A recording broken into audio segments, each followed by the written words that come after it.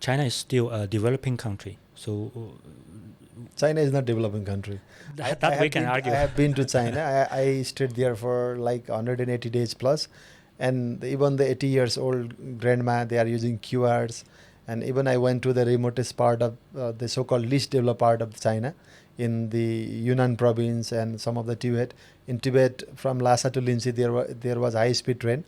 So you are in no way to call yourself as a developing country. You are already This developing. is something we can still debate. Yep. Yes, we call Purang. You call it Taklakot. But at that site, there is already some feasibility research going on regarding the railway line, and it will be soon started. All these wars and conflicts, China actually is not part of them. You wrote one article for the Kathmandu Post, and the Yeah. topic was that Indo-Pacific strategy is a bad idea. And there are many people in Nepal who say that BRI is a bad idea. So which idea is really bad one?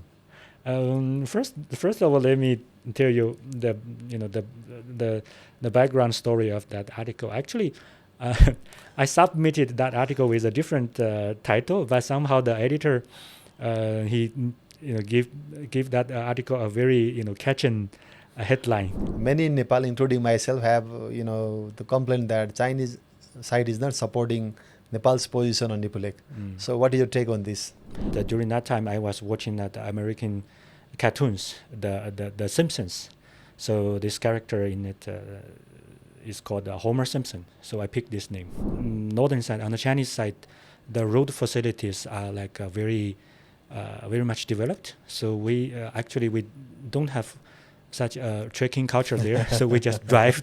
They charge foreigners a higher price. They charge the Nepali friends a different price, which is cheaper.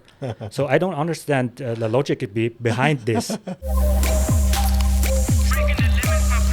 Extreme Energy Drink. Namaste, welcome. This is Birat Anupam, and today I'm here with the new guest all the way from China. And he is a very familiar name in Nepali media, social media, and the public gathering. He is Mr. Gao Liang. He is associated with the Nepal Center at Sichuan University of China. He has made multiple visits to Nepal, and if you read Nepal's major English language dailies and even the Nepali newspaper and some of the podcast, then you can find Gao Liang's remark on Nepal. And he's very active and he's very vocal about Nepal-China relations and about the South Asian Study Center from Sichuan University. Sir, you are welcome. Welcome to Shilapatra podcast. Thank you. Thank you for inviting me to your show. I mistakenly said sir. Actually, you don't like to be called sir, right? It's okay. It's okay. I can manage with that. Every time I text sir and you said, oh, don't call me sir. Call me Gao or the Homer. Yeah, because in our culture, I feel like this is too much respect. We are like a similar age. You don't have to be that formal to me. Yeah. And you have two names, right? Yes. Your official name is Gao Liang, Yes. but Nepali people, Gao Liang. Yes. But in WeChat, you write Homer. Yes. So why did you pick Homer, and why do you like to be called by two names? I my major during bachelor's was English. So back then, our teachers required us to pick one English name. So it happened that during that time I was watching the American cartoons, the Simpsons. So this character in it is called Homer Simpson. So I picked this name. Or the name from cartoon Yes. from United States. Yes, that the Simpsons. I think you should be in the Trump welcoming team in the Beijing International Airport, and you could have shared this story to Mr. Trump. And I'm not sure if he's interested in me. And then if you talk about you and me, we are friends for many years, right? Yes. And because of one book, I have written one article for the Modern Diplomacy. And I have talked about the one book written by the Indian author, Girilal Jain. And the book title was India Meets China in Nepal. And so you sent me a request in social media. So we were friend from that time. So you came to my capital city in Kathmandu. I went to your hometown in Chengdu of China. You came to my hotel. And I had two interviews with you, but this is the first time that we are having video talk. So how do you want to remember our the thoughts from that book to this podcast? Yeah, I mean, this is quite a very interesting experience to me. I have many Nepali friends here, so from different occasions, very amazingly, we get acquainted, became friends, and keep these relations for many years. So I think me and you, this is a very typical example of this people-to-people friendships between our two countries. And you are my few friends who are who are friends just because of the book. I wrote something, and we are connected. So personally, it is very interesting to think about it. Yeah, I still cherish this very interesting memory. So let us talk about your recent trekking to Langtang. You have some sign of that trekking also. So how was the trekking? It was amazing because I have been traveling into Nepal since 2010. It's already 1.5 decade. I have been planning for a trekking since the very beginning, but somehow I could not make it. So this time I'm here for a 3 months visiting scholar program. So finally I get some time. So I managed to travel to the Langtang National Park. For me, it's a quite new experience, but also it's a very interesting experience because I have been traveling in the northern side of the Himalayas from the Chinese side. So this is the first time I get that closer to the southern side of the Himalayas. So it's a very interesting experience. I get exposed to the real jungle, to the real Himalayas, deep Himalayas, from the Nepali side, and very interestingly, on the way we get to know many Nepali youth. There was one group of Nepali young students from TU. They were also having this trekking there, so we had very good interaction on the way. Yeah. So what is the difference between trekking on the northern side of the Himalayas and trekking in the southern side of Himalayas? Yeah, that's something also very interesting because on the northern side, on the Chinese side, the road facilities are like very much developed. So we don't have such a trekking culture there. So we just drive and drive to the base camp. Yeah, drive to the all the way along the border. But on the Nepali side, you still have this trekking culture, and also which is very popular. So we get to walk a lot. Actually, it was like a 4 days walking. So we were climbing all the way from the bus station until we climbed up to more than 4,000 meters altitude. So that's quite a challenge for everyone. So the major difference is I feel like there is the infrastructures, because there was even one day, because I'm using the Nepali SIM card, so there was in 1 day, whole day without any internet connection. Yeah. So in the evening, my wife was trying to connect me, and she was quite worried because I was out of contact. Yeah, so I think these are also something different and need to be addressed by the Nepali friends. But if you go to the Mount Everest base camp, you can have video call to your wife from the Mount Everest base camp. And that will be. So I was there in 2019, and there is very good internet connectivity, not like that of China, but a very good one for the personal calls and something like that. Yeah, given the number of people visiting there and the kind of international exposure, Everest Base Camp is getting this kind of facilities also much more needed. So another personal questions. You are very popular name in Nepal. There was Kantipur conclave, and you were the speaker there.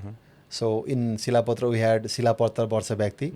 It can be translated as the Shilapatra Person of the Year program in Radisson, and you were there as one of the guests, the only one from China. So how do you manage to cultivate this personality? You were everywhere in articles, podcast, interview, public functions, and everywhere. See, Biratji, I don't think it's a very good thing for a scholar like myself to be like so-called popular, because of course,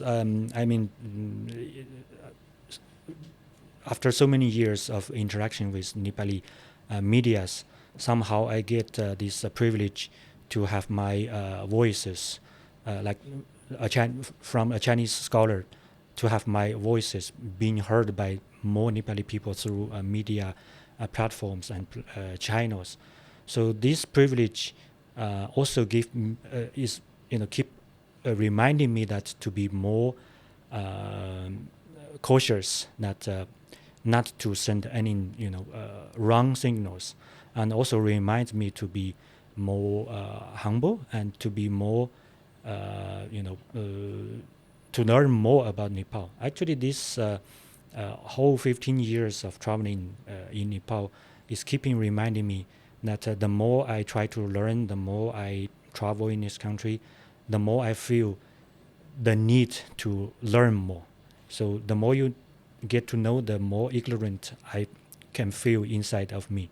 So I don't think this is somehow a popular thing. Actually, this is a very serious thing for me. So I cherish this opportunity, but at the same time, I feel pressured by giving such big extent of exposure. So I will keep more cautious. So you are part of the Institute of South Asian Studies, Mhm. and you have been to many countries in South Asia. Yes. Nepal, India, Bangladesh. No, I haven't been to India. Not in India. Unfortunately. Oh, okay. Yes. Bangladesh, Sri Lanka, Yes. Maldives, and even Pakistan, right? Yes. So Pakistan. what are the similar characteristics of South Asian people and South Asian culture? Mm-hmm. I mean, see, these countries you have mentioned, they are called South Asian countries. But there was one argument, to some extent, I agree with, is that the idea, the term South Asia is actually a constructed term. So there is similarity among these countries are not high as we imagined. Like these countries you mentioned, that kind of similarity is not as that high. But this one thing that I can feel is that among all these South Asian countries is this kind of what's the word? This kind of a vibrant atmosphere among the people. Milk tea connects all of them. And most of them understand of course, Hindi and Urdu. that's one thing. That's one thing. But fundamentally speaking, this it's not that similar with among each other. Yeah. But I can feel this vibrant atmosphere, this vibrant energy among the people there. No matter when it comes to politics, to religion, and to their in terms of celebrating their culture, they are very vibrant. So you talk about politics, and let us talk about geopolitics. Mm-hmm. So for Nepal, China is one of the two neighbors. India on the south, China on the north. So that means in our foreign policy, China has very big space. Mm-hmm. And not because of the member of the UN Security Council, but because of the immediate neighbor also. So, but China, Nepal is one of the 14 neighboring countries, Mm-hmm. the land-linked 14 countries. So, China matters a lot for Nepal. Does Nepal matter to China? Yeah, of course. That's definitely yes. My answer is yes. Nepal matters a lot to China. Let me give you one very interesting Chinese term. It's called 唇亡齿寒 in Chinese. Let me translate it to you. That means if the lips are gone, then the teeth will feel the chill. So that means we are actually, the countries, our neighboring countries and China, we are actually somehow we are our fate are actually linked. Our fate are actually linked. It's a shared community.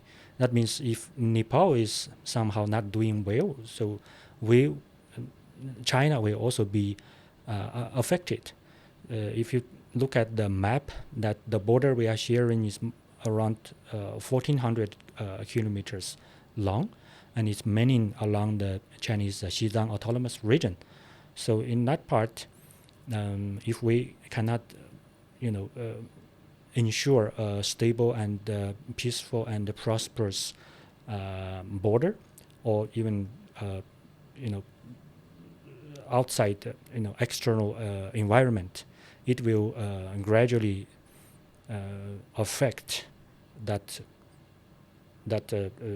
peace and stability and development we have already achieved. So in that case, Nepal matters a lot to China. So you talk about the borderland peace. Is there peace on the borderland right now? Yeah, this is quite peaceful since the last more than 7 decades since the bilateral relations was established. So Nepal and China inked the bilateral relations in 1955, right? So there was bilateral relations even before that in different dynasties, Qing dynasty, Han dynasty. Yeah. So on the modern China, the diplomatic inking was in 1955. So we are in 2026. So which is the golden era of Nepal and China relations in this 71 years?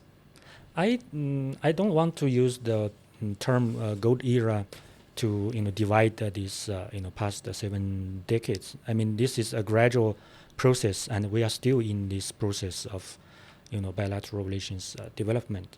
So for me, it's ever growing and ever consolidating process. We are in a very fast growing pace of the bilateral relations ever since from the very beginning of the bilateral relations. And if you want to add some special characteristics to this process, I would say that in the latest 1 decade, where we had been working under the BRI, so that is something more remarkable between our two countries. So this is a gradual process. So Nepal and China were connected by the roads in 1960s. There was a road agreement in 1961, and there was an operation of the road in 1966. And within these 7 years of the inking, there was a vehicular connectivity between the countries. So the Nepal-China road connectivity was possible in Mao era. So can you imagine the railway connectivity in the Xi Jinping era? Yeah, this has been repeatedly asked and discussed the question.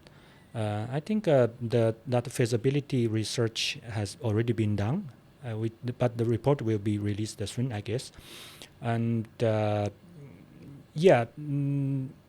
let's hope for the best, but again, let's also not ignore the practical difficulties we are having here. I think I had shared this with many other platforms that from the Chinese side, we are very much sincere, and they are very much sincere and consistent to promote this connectivity between the two countries. But the problem now, the difficulty now is that from the Nepalese side, there are different ideas regarding how to finance such programs, such projects, and how they can actually benefit from such projects. That's the concerns and reservations from the Nepali side.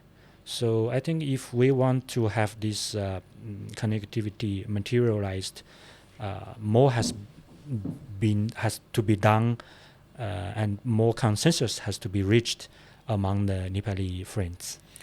So mainly in Nepal, the China-Nepal railway connectivity is centered around Sigatse, right?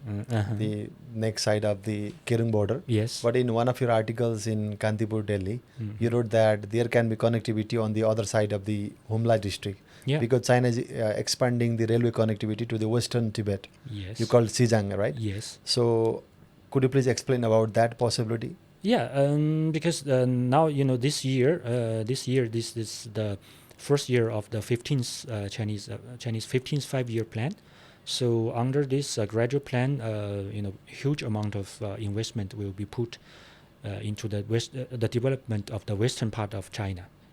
China. You have been to China. You have been to the most developed region in the east and the south, but also there are less developed regions in the western part of the country.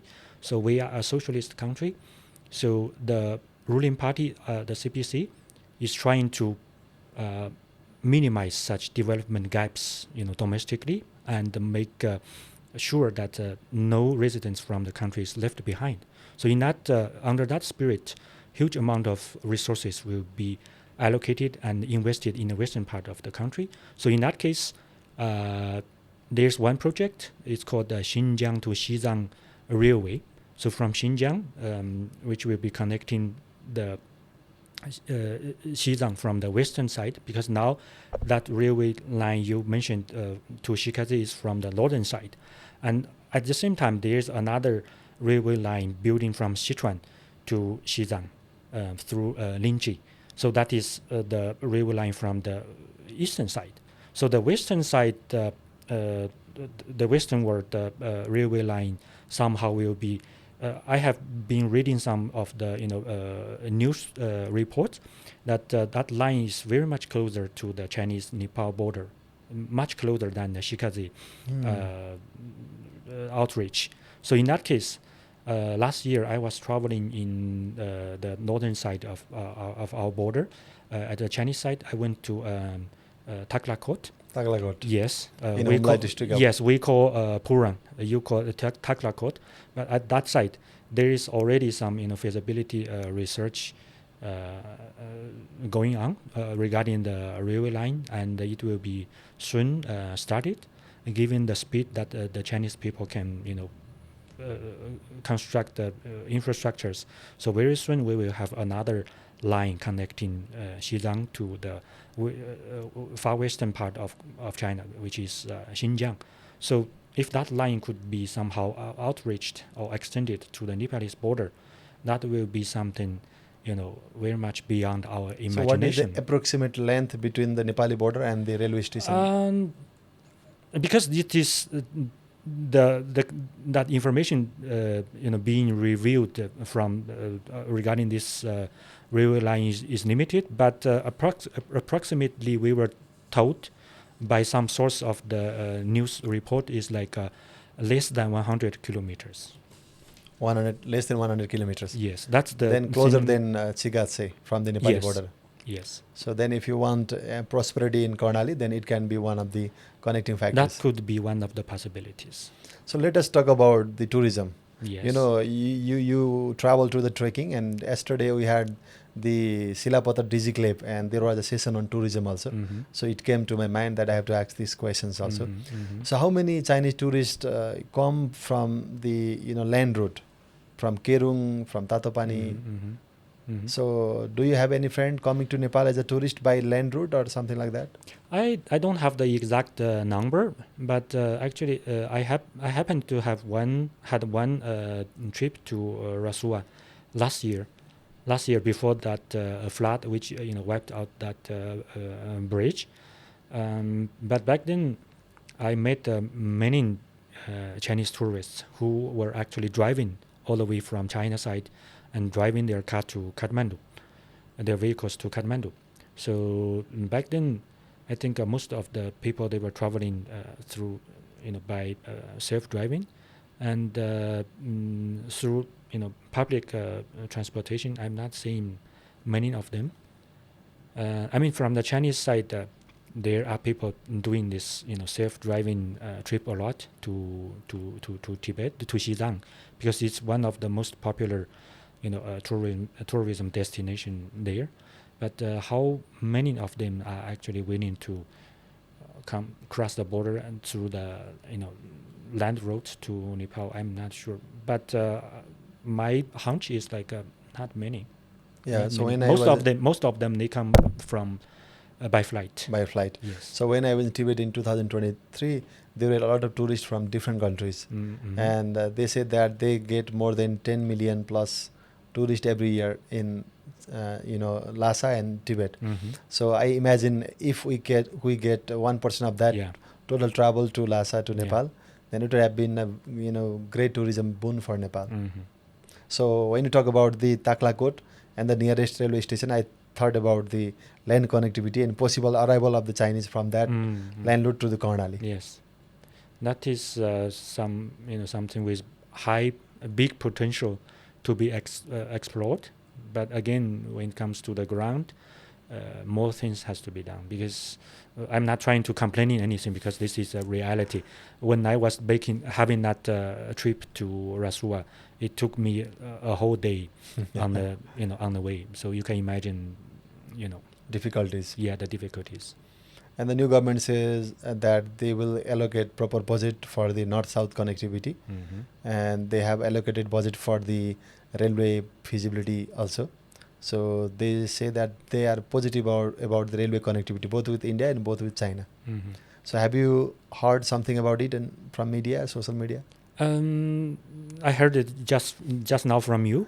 I mean, I don't want to comment on your domestic issue, but if this could be done, that will be a very welcoming thing from the Chinese side, I guess. Yeah. So let us again talk on the South Asian scale. You are part of the South Institute of South Asian Studies at university. Yes. And there were mega protests in 3 countries of South Asia. In 2022 in Sri Lanka, 2024 in Bangladesh, and 2025 in Nepal. So do you see some parallels in these protests in these 3 South Asian countries? Yeah, because back in my institute, I also teach, and I teach the international students. So we have international students from all the major South Asian countries. So fortunately, it's very interesting that I had one student from Bangladesh last year, and also one student from Nepal as well. So also interestingly is that Bangladesh student, he actually took a bullet, of course rubber bullet, during that incident back then. And this Nepali student, he also somehow was involved in a 2025 Jinji movement. So I also had these similar discussions with our colleagues regarding to compare these movements among these 3 countries. So what we were concluding and agree with each other is that among these countries, these grievances in economic development is the major reason, because the youth are feeling that kind of frustration upon their future, because they cannot have a very visible and somehow secured future for them. They don't feel hopeful. So I think that kind of frustration among the young people, because of the difficulties they were having in economic development, or even the distribution system. That means how to people share the outcome, the achievements of economic development. That means the fair and open play of the whole game. So this kind of difficulties and problems are somehow like similar among these countries. So how do you see, and how does China see the RSP's landslide victory in Nepal? And this is one of the rarest victory in Nepal, because in Nepal got 2/3 majority only for 3 times. This is not a 2/3, but very close to 2/3. In 1959, the first parliamentary election, Nepali Congress got the 2/3 majority in the first elected parliament of Nepal. In 2017-18, the coalition of the Nepali Communist Party, later on they were single party, later they broke. So there was also 2/3 majority, and this is the 3rd time that Nepal is getting 2/3 majority. So how do you see personally, and how does China see the landslide victory of the RSP government in Nepal? See, because this landslide victory is somehow the outcome of the latest political development since last year. And if I am correct, I think from the Chinese side, they have made it very clear at the very beginning that they will respect the choices made by the Nepalese people. So this is the choice of the Nepalese people. So China is very much respecting this outcome, and is very much willing and ready to work with the new development. That means the ISP government, and I can, because I have spent the past 3 months in Nepal. That basically is the the time the Nepalese the new government is taking office, and also I had observed the election as an international observer. So from my observation is that the Chinese side is very positive and willing to work with the new government. And if you review these activities, I mean these interactions between the two sides, you can also conclude that the Chinese side is working very actively with the new government. Yeah. So you were observing the elections. Did Yeah. you sense that the RSP is coming to the power when you were talking to the voters and you were traveling to different booths? Yeah.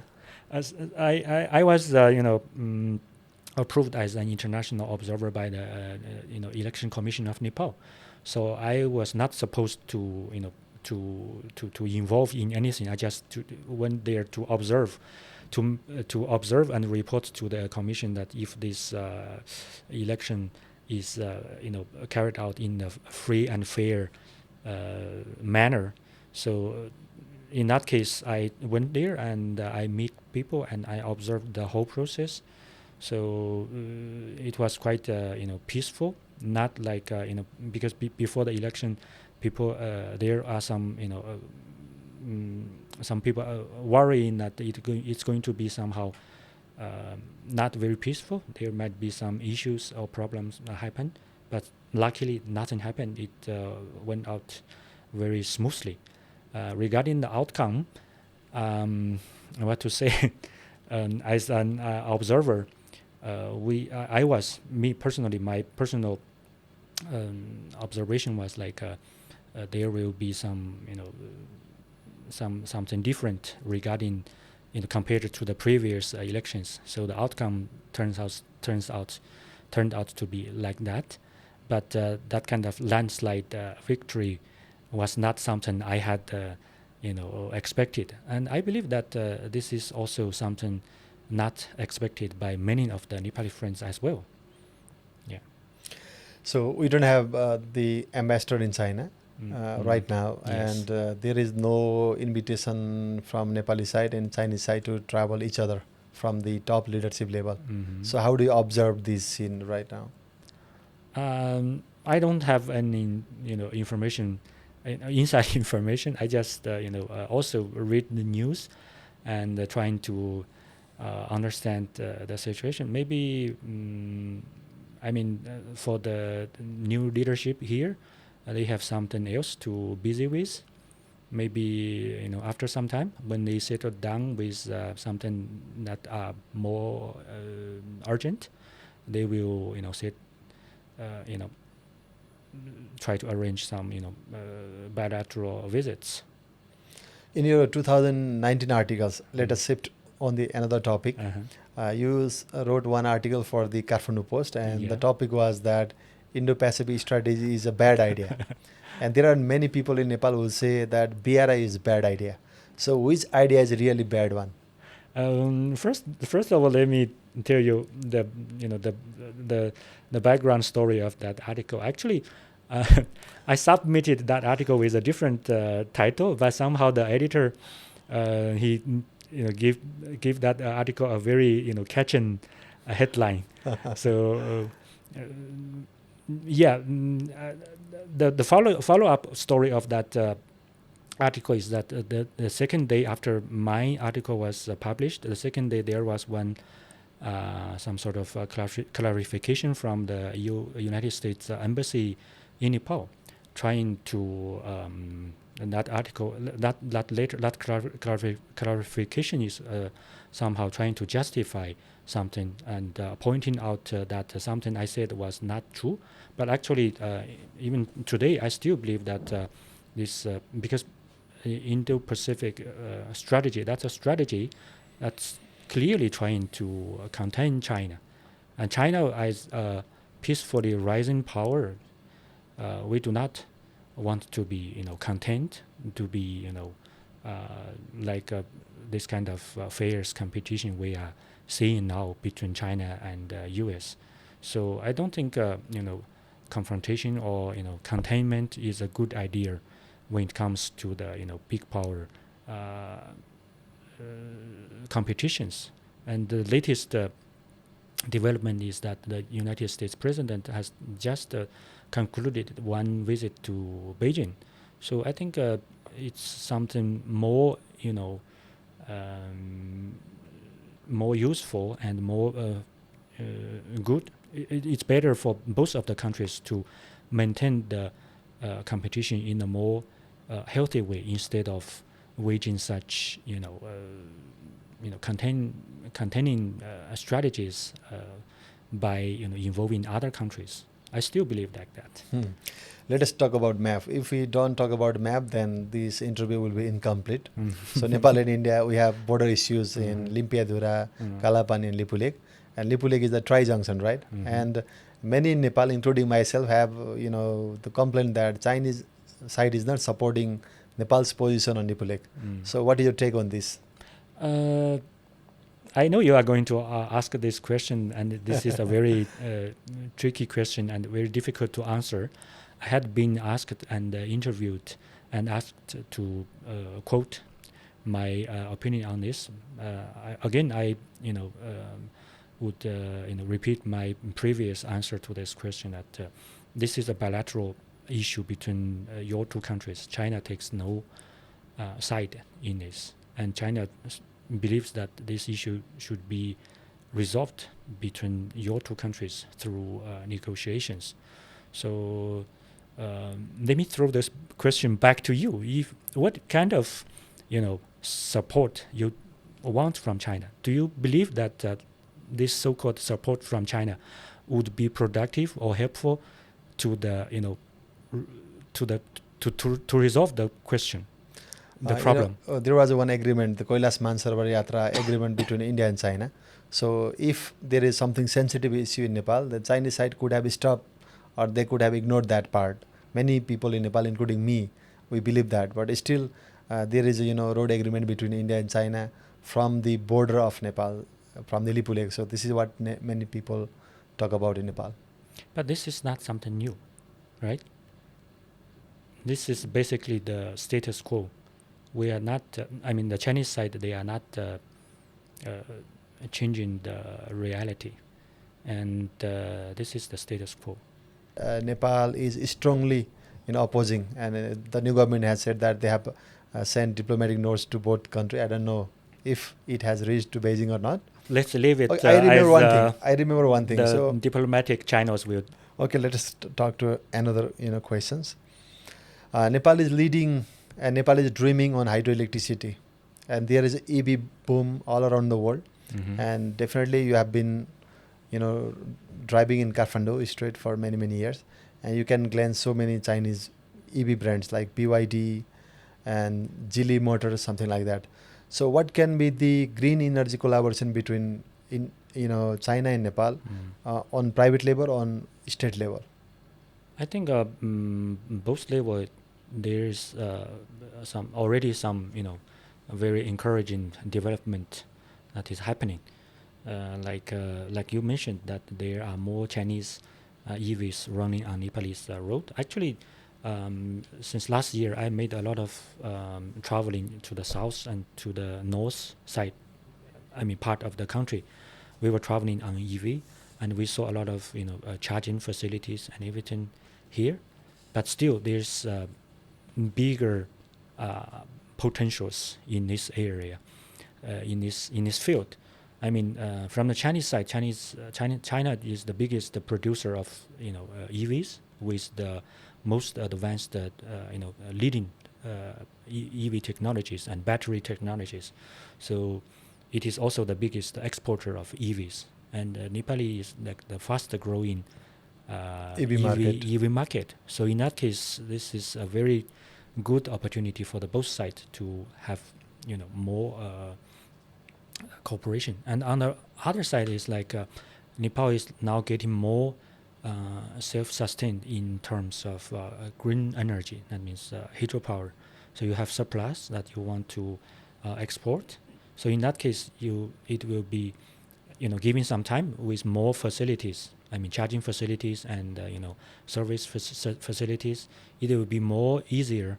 It will be more easier for the consumers to drive EVs in this country. So in that case, for Nepal is also very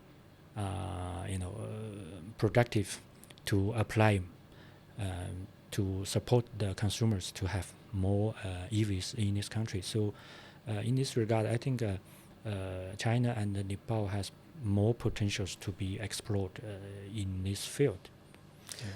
So I want to talk about the trilateral cooperation. On October 16, 2016, there was one picture in the media, Xi Jinping on one side, Modi on the other side, and in between there was Prachanda, the then Prime Minister of Nepal. And Prachanda is one of the Nepal's Prime Minister who talked about the trilateral cooperation between India, Nepal, China, China, Nepal, India, Nepal, India, China.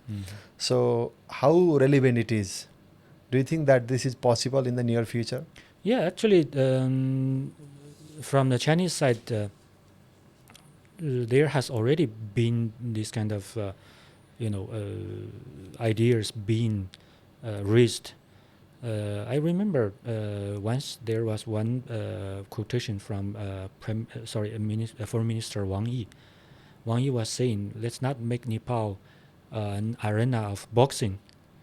Let's make it a platform of cooperation." That means because from the Chinese side, frankly speaking, we understand that this kind of relations and the deep ties between Nepal and India. So India is a reality that could never be ignored or avoided. That is already a reality, and China is ready to accept such reality.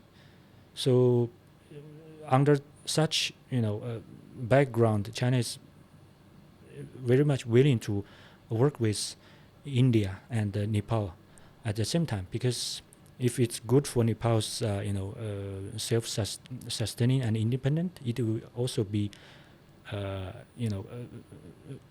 good for the Chinese side. So I think from China side, they don't have any issue working with Nepal and India. And from the another angle, if we can have such, from the Chinese side, we can have more understanding between China and India. It will also be very fruitful and positive for China to have better, engagement here. Working with the Nepali side, because you know what I'm talking about.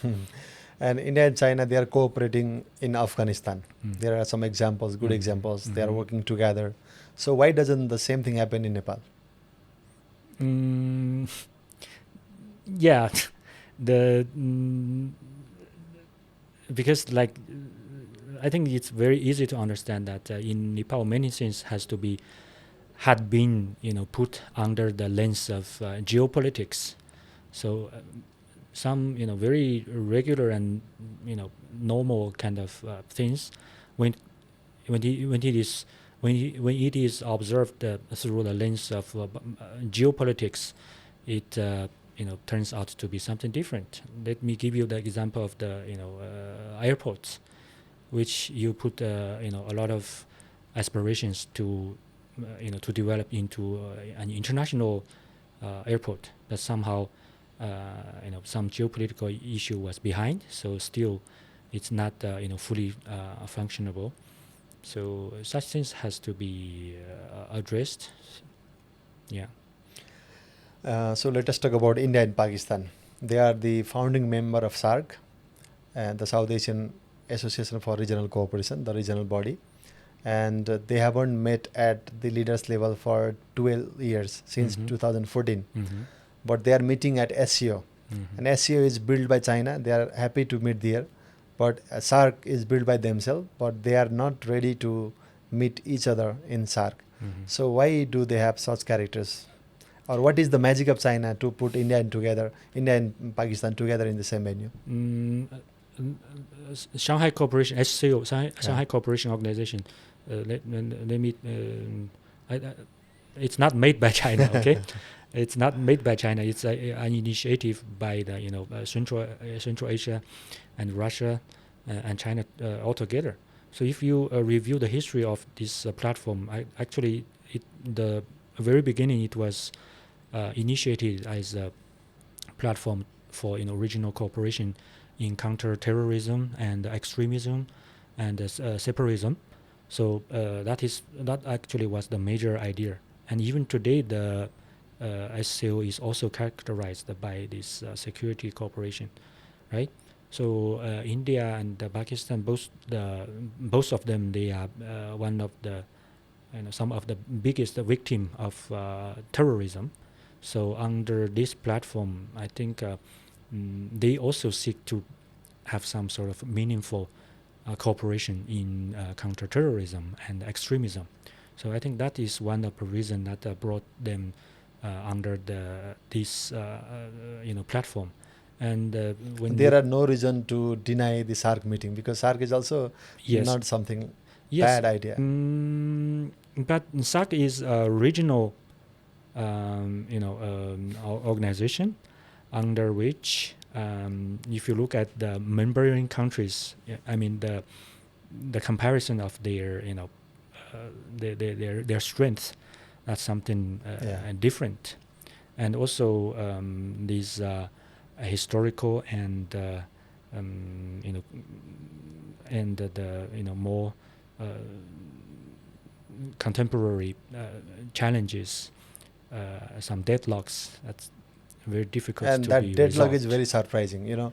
Nepali weapon did not down the Rafale. Nepali engineers were not supporting the India-Pakistan war, but still they are not happy to be at the gathering, right, at the SARC level. But they are happy to be together at a Chinese city. And the SCO is also named after Shanghai Cooperation Organization. That has, in Nepal, the Indian side are very afraid of the Chinese name, Chinese association. But the name is Shanghai. It was held in China, and it was after the India-Pakistan tension battle war, something we can call. But still, they were together in the same venue. But why don't they But come together together? doesn't mean that there is no issue. Yeah, even there are some issues they disagree with each other under that platform, and something they have their own reservations. Yeah. So China seems to be the welcoming guest. In last 6 months, except China, among the 5 permanent member of the United Nations, all the 4 member countries came to China. The Keir Starmer from the United Kingdom, the Macron from France, Putin from the Russia recently, and the Trump from the United States. So how does China manage to welcome all the guests? And recently the Pakistan's Prime Minister. So how do you manage to welcome all these global leaders back and forth? My understanding is like that. First of all, China is already a global power that could never be ignored. China has interests and has engagements with all these 4 countries that you mentioned, and even including Pakistan and other countries as well. China has very deep, strong engagements with these countries. And another thing I want to point out is that China has been the biggest peaceful factor in this time globally. I mean, if you review that since 1960s, China hasn't been involved in any major wars globally with any other countries. China has no soldiers stationed in other countries. China is not taking, except Djibouti. That's a logistic base. And Djibouti has a lot of armies, even from Saudi Arabia, Turkey, Yes. United States, Yes. many countries. So what I'm trying to say is that if you look at all the major conflicts and wars that's going on here in Europe, in Middle East, in West Asia, all these wars and conflicts, China actually is not part of them, and China is actually acting as the biggest stabilizing and peaceful factor in sorry No problem. in meditating, in supporting the peace process. So in this case, I would like to say that You can have. Sure. What? These countries, these bilateral visits is somehow a good sign, for the peace of the world, and I think China can play a bigger role in bring peace in all the major conflicts. And you say China is the big power, Yeah. and this is true. And Trump said superpower, and many global media call it superpower. But the official language, the China doesn't call itself as the superpower and big power. There is a one term they call that major country relations. So why doesn't China like to be called as superpower or big power, something like that? Why does it use the word as the major country, quote unquote? China does not want to be the police of the world, of course. Yeah, and China is still a developing country, so China is not developing country. that we can argue. I have been to China. I stayed there for like 180 days plus, and even the 80 years old grandma, they are using QRs. And even I went to the remotest part of the so-called least developed part of China, in the Yunnan province and some of the Tibet. In Tibet, from Lhasa to Linsi, there was high-speed train.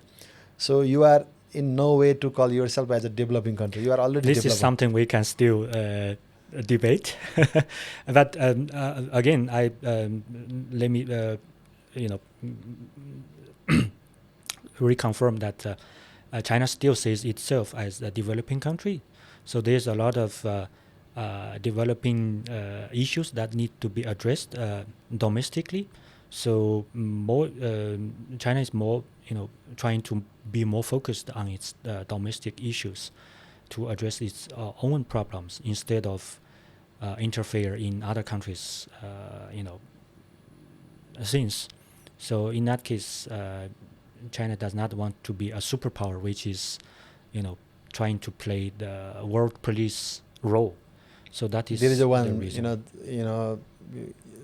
Deng Xiaoping's saying that hide your power, bide your time, hide your power, something like that. Mhm. Is China still in that same path, or? I mean, bidding your time is, like what kind of aim, what kind of target that you want to achieve. So for China, now, like I just said, it doesn't have any like a global ambition that they want to achieve something externally. They were more focused on its own internal development, because by 2049 it will be the 100th anniversary of the establishment of the PRC. PRC. So we had, from the Chinese side, there has been very long-term targets being set up by that time. By that time, when we celebrate our 100 years anniversary of the country, we will be more developed. The life standard of people will be on a higher level, and that gap between the developed and the less developed regions will be minimized, and the income between the different class of people, I mean the incoming class of people, will be minimized, at least being controlled under some reasonable gap. So in that case, because China is a socialist country, the ruling party is Communist Party, that they have to, and we have to make sure that such targets be achieved through the common development. That means nobody should be left behind. So in that case, China has many things to worry about back home, instead of going to other regions and point their fingers to other countries. So that's in China. Recently, I was reading one book, Mao Zedong on diplomacy, and there was a talks between Mao and Nehru of India, and it was the talk of 1954 when Nehru was in Beijing, and Mao says that you are far developed and you have industrialized system in your country. We are still an agricultural country. So after 7 decades, Mao told this to Nehru in 1954. Now we are in 2026, and China is the manufacturing superpower. So how you guys managed to come to this position in 7 decades? And why do you call yourself still a developing country? Yeah, it's true that China now is one of the major industrial producer in the world. I mean, if you look at the journey that we came from the 1978, when we had the opening up and reforming strategy, that that Chinese people, they achieved a lot, but you don't ignore that the first half of that history, that is from 1949 to 1979, the first 30 years, that amount of investment, that amount of work the Chinese people had been done, that level of education people get, that level of infrastructures and everything, that is the most important foundation that the forefathers had laid there. And after the opening up and reforming strategy since 1979, the latest 40 years, more than 40 years, development is not something achieved out of nowhere, because we had that very solid foundation, then we achieved such things. That is one thing. And another thing is that in China we have this stability, political stability, and also we get to this long-term planning and long-term strategies. Just like I just mentioned, we have a 5-year plan, and this year is the first year of the 15th 5-year plan. So by having this kind of long-term planning, long-term strategy, and keep working on the same direction, I think that is one of the privileges, the political advantages that Chinese are having in achieving such achievements. And you said that China is the socialist country, but the ruling party is communist. And when I was in China, there were other parties also. So what are the roles of other parties in China, and what are their names? People are curious about it. They are. There is one party like Kuomintang, something nationalist. Around 8 parties, right? Yes. So what are their roles in China? I'm not sure if I can use the proper English to translate their names, but like you said, there are such parties from different sectors of the society, of the people. Like in my institute, but some of my colleagues, they belong to other parties, but they also contribute and involve in national politics through their different channels. So they play the role of consulting, suggesting, and scrutiny, reminding. They have their different roles, and in the different levels of the national politics, there are different committees that they are also playing their role. So they are indispensable, and they are also one very important part of the national politics. So I have 2 questions more. So what can be the possible collaboration between Nepal and China in the near future? That's a very big and broad question, but let me try to minimize it and focus on one aspect which I had been emphasized many times, is that this connectivity between the two countries would be the most important and most urgent part, and also most practical cooperation that could be done between the two countries. And I should ask you this, follow-up questions, because you are in university, you are professor. So what can be the academic collaboration between the University of China and University of Nepal, and on the individual level? Yeah, like me myself, I'm a very good example of this kind of cooperation. My university, Sichuan University, and Tribhuvan University, we had very good cooperation in terms of students exchange. We are taking Nepali students short term and long term students to our university, and we are having collaborating. We have been collaborating in hosting programs, international conferences, and also exchange faculty members like me myself. So these are like very good example, and also I mean there are other layers and types of cooperation like the Confucius Institute, like Nepali scholars being exposed into Chinese academias by through international seminars and collaborating in research. So these things are actually happening, but need to be what's the word, deepened and also be institutionalized. So that would be the future of this linkage and interaction. So I finished all my questions. So anything you want to tell? Yes. Since at the beginning we mentioned about my trip, my trekking in Langtang. I had this is not the first time I travel in Nepal. Only trekking is the first time, but I have a very I have been very curious that see all upon among all of my trips in Nepal, the business, especially the tourist, the business community, they charge foreigners a higher price.